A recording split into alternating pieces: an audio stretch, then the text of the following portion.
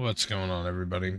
Today I'm going to bring you a guide on the Moons of Peril bosses. First things first, the requirements.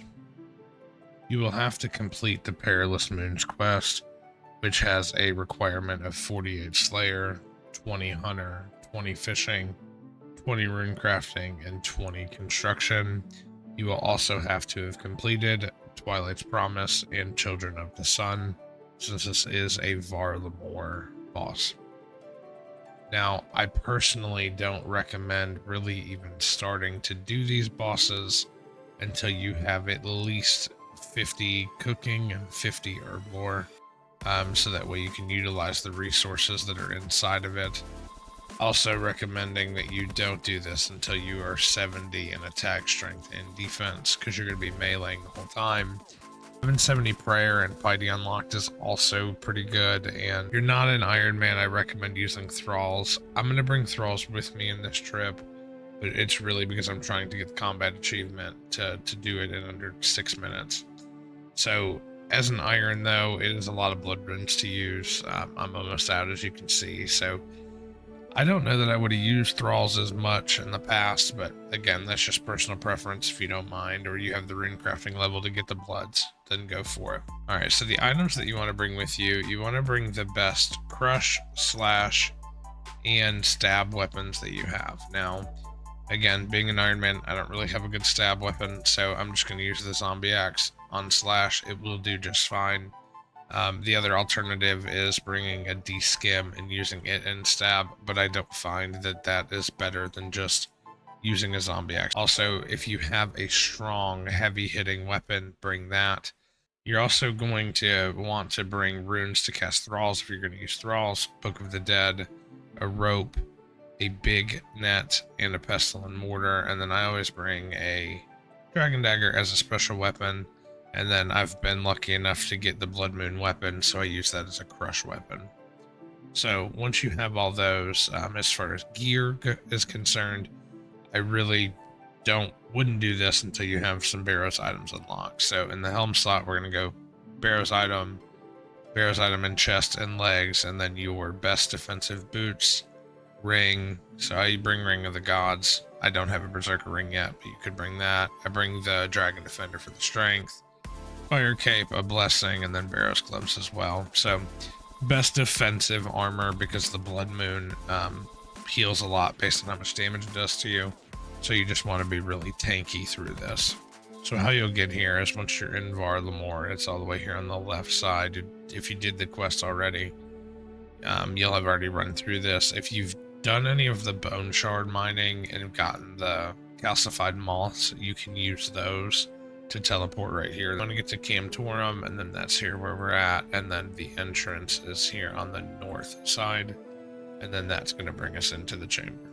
Now, for the first run, we want to do the setup, and so the setup is best to do in this one that has the hunter in it, in my opinion, so we want to make sure that we can get there. So the fastest way to get there is going to be to go to the bottom left, and then we'll run all the way up to the other entrance. Once you've done the first kill, this gets a little easier because you can do the same map each time. But we'll just run all the way up to the top left. You can protect melee from these guys if you want to, but the resources in here between the prayer potions, combat potions, and all the food is free, so I don't really bother with it, but that's up to you.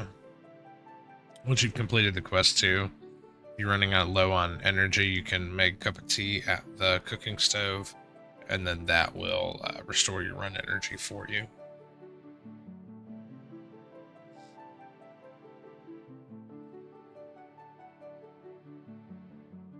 So I'm going to head to the spot on the other side by the range. And in order to catch these, I believe you have to have 20 hunter, and then you need 30 cooking to cook them. I believe based on the higher hunter level and cooking level you have, the more that they heal. I could be wrong, it could just be a myth, but you want to trap each of the rocks, and then rustle the bush, and then the lizards will run out. The reason that we're doing these is because you don't need as many. It's just see when we collect a few of them, And then we run over here to the range. I run energy back. And then you cook them. They turn into multiple per time that you cook. And I think this is based on your cooking level. The only other thing we want to do, if you didn't bring supplies with you, you can't take them from the crate. But we're going to take from the herblore supplies. We're going to get 4 vials of water. And then 4 of these grubby saplings. Or the moonlight grub, sorry. And then we're going to break those down, put them in the potions. Now these are kind of random how it's going to give it to you, so I got a couple 2 doses, which is fine. But as you'll see, it's a prayer potion and a combat potion combined. So go ahead and fill your inventory up with food and as many pots as you're comfortable with. I'm going to show you the ideal pathing from the chest room. So once you've collected the chest, you'll run to the north side. And when you enter through this entrance to the north, this doorway right here on the left-hand side will put you into the Eclipse boss. And then you can also gather food from this fishing spot. When you click it, just a quick tip, you can't click out of it. If you want to stop fishing, you just exit there. And then you'll have to click the spot again. But this is another way you can get food here pretty easily. It's just that the hunter food seems to heal a little better and it's more efficient, but if this is easier for you, just do this. Alright, so once you're ready to get started, head over to the Eclipse Moon boss. And here you will want to use a stab weapon if you have it. If you do not have it, I'm just going to use the zombie axe on Slash.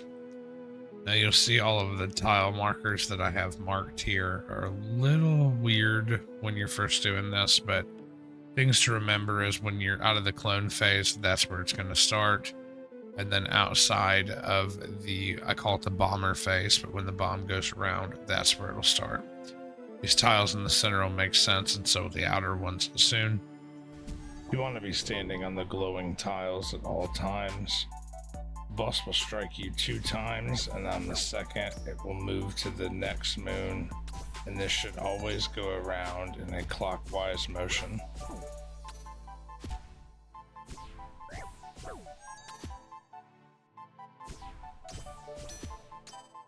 The boss will alternate specials, and this one it will bring you into the center, and you'll see the squares that are around where it puts you. If you have a heavy weapon, this is where you would equip it. As each of the clone appears, you want to click on the corresponding box to be facing in its direction.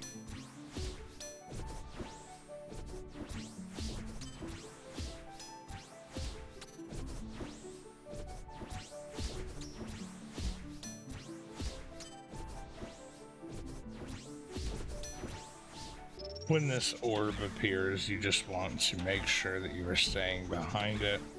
He will continue to spit out the yellow globes that will come at you. As long as you are behind this, it will not hit you. You just want to follow along with it as it passes my characters, then when I will run to the next one.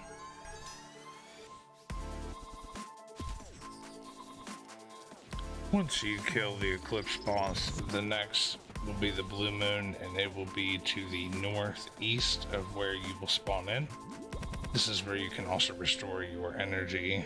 In this room, you will use the best crush weapon that you have. Blue Moon's first special will be an ice block. It takes your weapon away, and then you have to run and punch the ice block.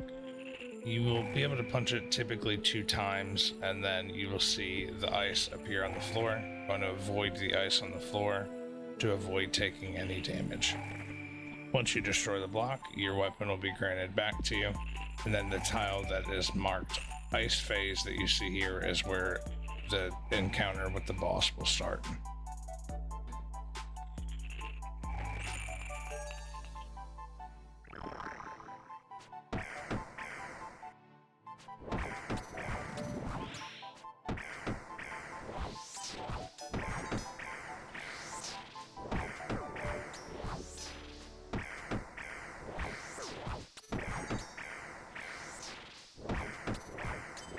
The second special that he will do is a looks like a tornado. I always call it the fire phase, but it's the tornado phase, and then both of the braziers on each side will go out, and you will need to run to them to reignite them.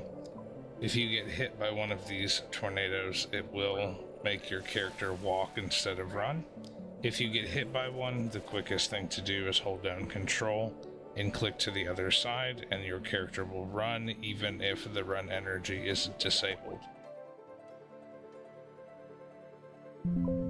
Once you've defeated the Blue Moon, the next boss will be the Blood Moon. This is the most difficult of the three in my opinion, but it is going to be directly to the northeast of where you will spawn in. Restore your run energy and then make your way there with your best slash weapon. You will have two special attacks on this boss. The first one will be the Jaguar phase. You'll want to go to the tiles that are highlighted, and you will want to attack the Jaguar while avoiding it hitting you and avoiding the blood splats that will appear. The best way that I've been able to figure this out is when the blood spat animation stops moving is when I will click onto the blood splat to avoid it, as well as the attack from the Jaguar. You will lose some health when you get hit, and every time you hit the Jaguar, you will replenish that health.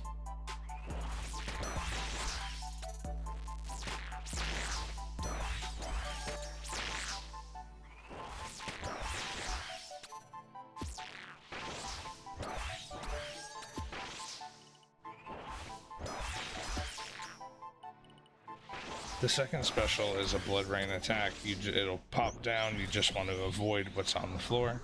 What's on the floor, it's bad, so don't stand in it. And as you can see by the tiles that are marked, by the locations of where you can pick back up when the boss fight continues after each special. Now this boss fight could take a little bit longer because the Blood Moon is going to heal more. I do have a link in the description to a video that will show you how to take less damage from the Blood Moon. But for this video, it's just a guide of how to complete it.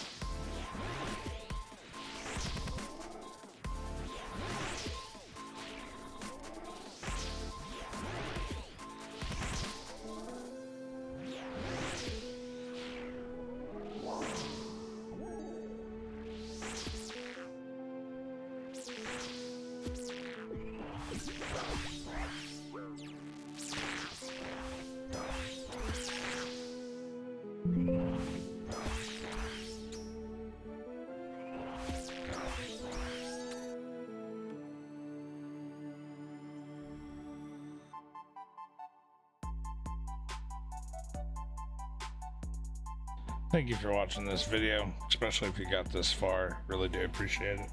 Good luck to all the irons out there that have to go through this miserable grind.